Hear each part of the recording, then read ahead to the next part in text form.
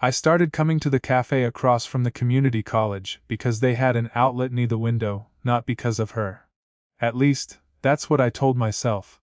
Every Thursday, around 4, she'd walk in, always the same, hair pulled back neatly, tote bag slung over one shoulder, the faint scent of chalk dust and perfume that didn't belong in a place that sold burnt coffee. She'd order an herbal tea she never finished, sit by the corner table, and grade papers with her reading glasses sliding down her nose. She looked like someone who had too much patience, the kind you only get after years of waiting for people to grow up. I noticed her voice first. She was helping a student once, a girl who couldn't get her thesis statement right. Her voice was low but soft, like she was trying not to wake someone sleeping nearby. When the girl left, I found myself still listening, even though she wasn't talking anymore. That's how it started. Just sound and stillness. I'm 23. I tutor kids in piano at the same community center where she teaches English Lit. Sometimes, our classes overlap. She passes by the music room, nods politely, eyes briefly flicking to the floor before moving on. I never said much, she never asked. But over time little things started to line up. The barista once forgot my order. She remembered it before I could. He gets the medium black, 2 sugars. Another day, I left my sheet music on the counter. When I came back, it was neatly folded inside her notebook. She didn't mention it. Just smiled. The kind of smile that barely reached the eyes, like she was saving something for later. There's a quiet routine that builds itself around people you don't mean to notice. I started timing my grading breaks so they overlapped with her coffee runs. I'd pretend to scroll my phone, though mostly I watched how she stirred her tea without looking, the spoon clinking once before she stopped. She wore simple rings, nothing flashy. Her hands were calm, deliberate. I caught myself tracing the movement of her fingers when she turned a page and felt ridiculous for it. I think she noticed, once. She didn't say anything, but her pause lasted a heartbeat longer than usual. Loneliness doesn't announce itself. It just collects quietly. In drafts you don't send, playlists you never finish, half-made plans you talk yourself out of. Sometimes I'd type out a message to an ex or an old friend, stare at the blinking cursor, then delete it. The phone would stay face down beside my cup. The sound of her chair scraping the floor always pulled me back. A reminder that someone else was here, moving through the same stretch of time. Last Thursday the cafe was almost empty. Rain streaked the windows. She sat at her usual table, glasses perched low, lips moving silently as she read. I could have left. I'd finished my coffee. But something about the quiet felt heavier than usual. When she stood to leave, she paused beside my table. Her eyes met mine, warm, unreadable. You teach the kids piano, right? She asked. Yeah, I said, trying not to sound too eager. She nodded, thoughtful. Then, softer, almost as if she was still thinking aloud. Stay after class tomorrow. I'm not finished yet. Then she left. The bell above the door chimed, and I sat there, staring at the half-empty mug in front of me, wondering what she meant, and why my heartbeat felt like it had just missed a step. The next afternoon, I stayed after class. The kids had already left, their laughter echoing down the hallway as the sound faded into the hum of the vending machine. I wiped the chalk dust from my hands, more out of nerves than need. She appeared in the doorway, papers tucked under one arm, that same calm composure she always carried like armor. I hope I didn't make you wait, she said, closing the door behind her. No, I wasn't sure if you meant it, I admitted, her mouth curved slightly. I don't say things I don't mean. She crossed the room and sat in the chair opposite the piano. There was something quieter about her today. Not tired, exactly, more like she'd been thinking too much. I used to play, you know, she said suddenly, eyes on the keys. When I was your age. My mother said it was a distraction. I quit before I got any good, I smiled. Most people quit before they get any good. Her laugh was soft, unexpected. You sound like someone who hasn't yet. I didn't know how to tell her that music was the only thing I hadn't walked away from.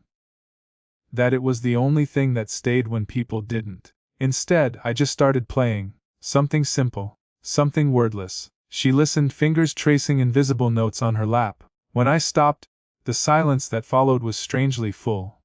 You play like you're afraid of being overheard, she said. I live in a thin-walled apartment, I replied, trying to joke. But she didn't laugh this time. Her eyes lingered on mine, searching, careful. No, she said quietly, it's something else. We talked longer than either of us meant to, about books, about the small cruelties of grading. She mentioned her divorce in passing. The words slipped out and hung there like steam before cooling. She didn't elaborate. I didn't ask. Still, I caught myself picturing things I shouldn't, her standing in an empty kitchen, coffee cooling, waiting for someone who wasn't coming back. And I wondered if she imagined me too. The kid she shouldn't be sitting with after hours. The one who made her laugh at the wrong time. The clock ticked louder the longer we stayed. When the janitor rattled keys in the hall, she stood, brushing invisible dust from her sleeve. You should go, she said, not unkindly. I nodded, gathering my things too slowly. At the door, she hesitated, then reached for my wrist. Just a light touch, enough to stop me. Her thumb brushed the faint smudge of chalk I'd missed on my skin. Next time, she said softly, use the pedal more. Don't hold back. I wanted to answer, but my throat caught. She smiled, small, sad, knowing, and let go. I don't know why that moment stayed with me. Maybe because it felt like someone finally saw me, and didn't look away. She stopped waiting by the piano the next week. Her classroom door stayed half open, the sound of paper shuffling, her pen moving in steady, deliberate lines. I passed by twice, once with a stack of music sheets, once just because. But she didn't look up either time. Maybe she was busy. Maybe she'd changed her mind. Still, every time I heard the faint scrape of her chair through the wall, something in me paused, like a chord half resolved. On Thursday, the cafe was crowded. I sat near the back trying to finish grading scales, but my eyes kept drifting to the door. She didn't come in. The barista, the same one who always noticed these things, smirked. You waiting for your tea, lady? I froze. What? He shrugged, careless. You two have your Thursdays. It shouldn't have mattered. But somehow the idea of being noticed made it feel real. And wrong. That evening, she appeared outside the music room again, just as I was packing up. Her expression was careful, neutral, but her voice, quieter than usual. Do you have a minute? I nodded before she could change her mind. She walked inside, arms crossed loosely, like she wasn't sure where to put them. I shouldn't have kept you so late last week. It wasn't appropriate. The word appropriate hit harder than I expected. It's fine, I said. I didn't mind. That's not the point. She sighed, brushing hair from her face. People talk. I just don't want things to look like something they're not. Her tone wasn't sharp, but it was final. I could have left it there. I should have. Instead, and what do you think they look like? She looked at me then, really looked, a long, slow silence. Something passed through her expression, not guilt, exactly, more like recognition. For a second no one moved. The rain outside softened to a steady rhythm. The piano lid reflected both of us. Two blurred shapes caught in the same room. Pretending not to understand what was happening, I reached for my jacket, pretending to busy myself. She stepped closer, just slightly. Enough that I could smell the faint trace of her perfume, that herbal tea calm that never fit this place. Her hand lifted. Maybe to adjust her glasses, maybe not. But then she stopped midway, caught herself. The air between us tightened, sharp and wordless. Don't, she said quietly. Not harsh. Almost like she was pleading with herself more than me. I took a small step back. She exhaled. Good night, she said, softer this time. Good night. But as I left, I glanced through the glass panel on her door. She was still there, standing where I'd been, one hand resting on the piano lid. Like she'd meant to play something, and changed her mind. It was Friday evening when she found me outside, sitting on the bench near the faculty parking lot. The sun was almost gone, the sky turning that faded blue that always felt too quiet for the end of the week. My classes were done. Hers too. Most of the staff had already left. I heard her heels before I saw her. Steady, familiar. She didn't say anything at first, just sat beside me, leaving a polite stretch of space between us. I thought you'd gone home, she said. I was going to, I murmured. Just didn't feel like it yet. She nodded, pulling her cardigan tighter. Long week, I said. Her smile flickered. Faint, a little sad. We sat like that for a while. The air smelled faintly of wet leaves and exhaust. Someone's laughter echoed from across the lot, then faded. When she finally spoke again, her voice was lower than usual. I saw you with that girl today. The one who asked about piano lessons. I turned to look at her. You mean Maya? She's just a student. Her eyes stayed on the ground. Of course. I didn't mean. She trailed off, pressing her lips together. Forget it. But something in her tone, the quickness, the softness that came after, made my chest tighten.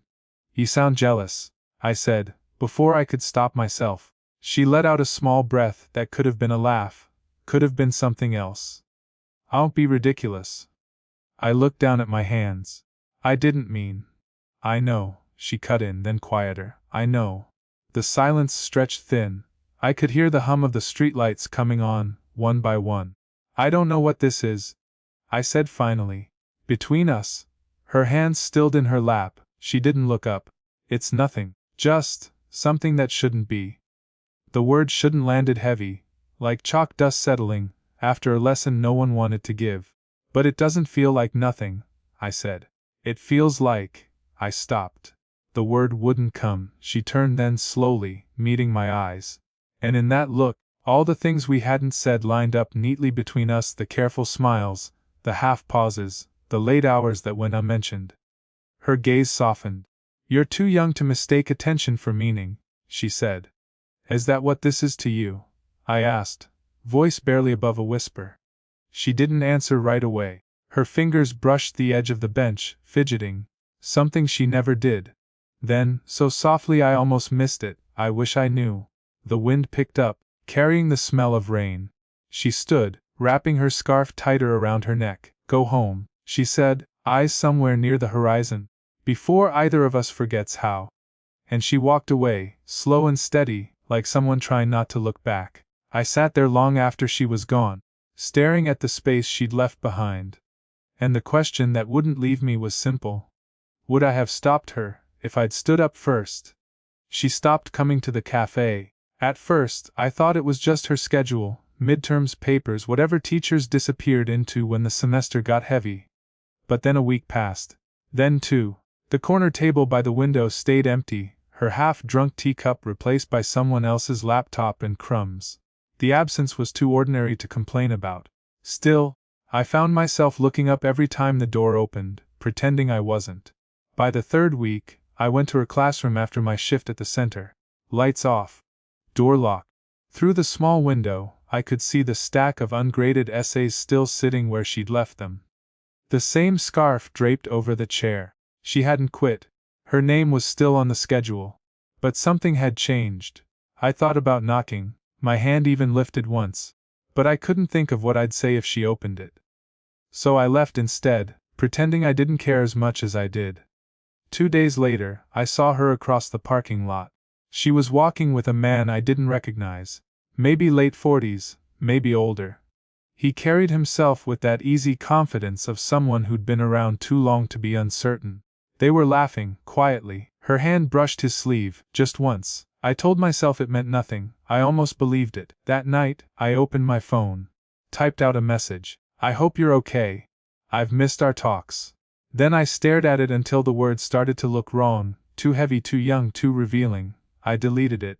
Instead, I practiced for hours, fingers pressed to the keys, the piano sounding too sharp in the empty room. The following week, I ran into her accidentally. Or maybe not, near the bookstore downtown. She looked startled at first, then forced a small smile. Hey, she said. It's been a while. Yeah. She adjusted the strap of her tote bag, eyes darting somewhere near my shoulder. Sorry I've been scarce. My son's been visiting. He's in grad school, keeps me busy. Her son. I nodded, careful not to let my face give anything away. That's nice, she smiled again, polite, teacher-like. The kind of smile you give someone you used to know. I should go, she said after a pause. All right. I wanted to say something, anything, to stop her from walking away. But all that came out was, you too, and she was gone. That night, I sat at the cafe again, out of habit more than hope. Her old seat was still empty. The hum of conversation filled the room, but somehow everything felt quieter than usual. I pulled out my phone, typed her name.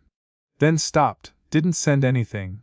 Didn't leave. I didn't feel heartbroken. I felt paused. Like life forgot to finish the sentence. I saw her again on a Sunday. It wasn't planned, those kinds of moments never are.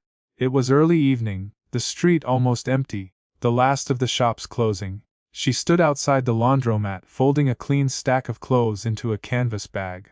Simple, quiet, like she was trying to make the task last longer. For a second, I thought about turning away, pretending I hadn't seen her.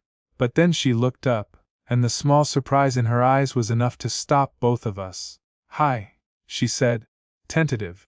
"Hey." The sound of the dryers filled the silence between us, a steady hum that felt almost safe. "I didn't expect to see you here," she said. "I live nearby." I lied. I didn't. She gave a small nod, adjusting the strap of her bag. "You look well, so do you." We both knew that wasn't really true. She looked tired. Or maybe just worn in a way that didn't have to do with sleep. I don't remember who suggested coffee, probably me. But we ended up at the diner down the street, sitting in a booth under two bright lights. The conversation started light: weather, work, the kids she taught, my piano students. Every word felt like walking on glass, careful not to step too hard on what had been left unspoken. Then, in one of those small silences, she said, "I shouldn't have disappeared like that." I looked at her. "You don't owe me an explanation." "I know," she said. "That's what makes it worse." Her fingers toyed with a sugar packet, folding it once, then again. "You reminded me of a part of myself I didn't trust anymore." I didn't know what to say to that. She smiled faintly. "You're kind, you know. Kindness can be dangerous when someone hasn't had it in a while." Her words hit harder than I expected. Not a confession, but close. "I wasn't trying to make anything happen," I said. "I just liked being around you." Her eyes softened. I liked it too. We sat there, looking at each other, not as teacher and student, or landlady and tenant, or whatever excuse we'd been using. Just two people who'd stumbled into the wrong kind of closeness at the wrong time. Outside, it had started to drizzle. She stood at the curb, bag clutched against her chest, hair curling slightly at the ends. "I think this is where I should say goodbye," she said quietly. I nodded. "Okay." She hesitated, then reached out, touching my sleeve. "Barely there. Thank you. For listening. For not asking for more than I could give." I wanted to say something, to tell her that she'd already given enough. But I didn't. Instead, I just smiled, small, steady. "You're welcome." Her hand lingered for a second longer, then dropped away, and just like that, the moment passed, not broken, just released. Both of us stood there in the rain, neither moving, until she finally said, almost under her breath, "Okay." Then she turned and walked away. A year passes quieter than you think it will. The world doesn't pause for your almosts, it just keeps going. Students graduate, rooms get reassigned, the cafe changes owners. Even the coffee tastes a little different. But Thursday afternoons still hum with something familiar. I see her again the following autumn. She's standing by the same cafe window, older only in small ways, the kind you notice when you've been watching long enough. The light hits her hair differently now. There's a softer curve to her smile. When she sees me, she hesitates the way people do when they're not sure if they're allowed to remember. Then, she waves. It's enough. I walk over, unsure what to expect. She's drinking black coffee this time, no tea. She notices me glance at it and smiles. "Finally converted," she says. "I'm proud," I reply, grinning. She laughs, a sound I hadn't realized I'd missed. We sit together, not rushing it. The world outside moves on, a bus sighs to a stop, someone drops coins, a clock ticks just a little too loudly. I ask about her classes. She tells me about new students, new papers, the same old red pen. She asks if I'm still teaching piano. I am, I say. Fewer kids now, more adults. They take it seriously. Adults always do, she murmurs. They've forgotten how to play. There's no tension anymore. Just space, quiet and kind, the kind we had to earn. At one point she reaches for the sugar and our fingers brush. It's accidental. Or maybe not. Either way, neither of us moves for a moment. "I heard you moved closer," she says. "Yeah," I nod. "Near the park. The same one with that old bench." I smile. "Still there. Paint's peeling now." She chuckles softly. "It always was." We leave the cafe together, It's late afternoon, the same kind of fading light as before, except this time, it feels less like an ending. We walk without talking until we reach the bench. The air smells faintly of rain, just like that night. She sits first, smoothing her coat. I sit beside her, not too close, not too far. For a long while, neither of us says anything. The silence feels right, the kind that's full, not empty. Finally, she says, "You play softer now." I turn toward her. "You still listen." Her smile is small, knowing. And that's it, no grand gestures. No confessions. Just the quiet acknowledgement of something that never really left. It just changed shape. She leans back against the bench, eyes on the slow, turning leaves. "I like this ending better," she says. "Me too," I whisper. The clock in the distance chimes 8:47. I don't know why that detail sticks, but it does. Maybe because it feels like the right time for everything we didn't rush. We sit there as the light fades, two people who finally stop pretending the pause was the end.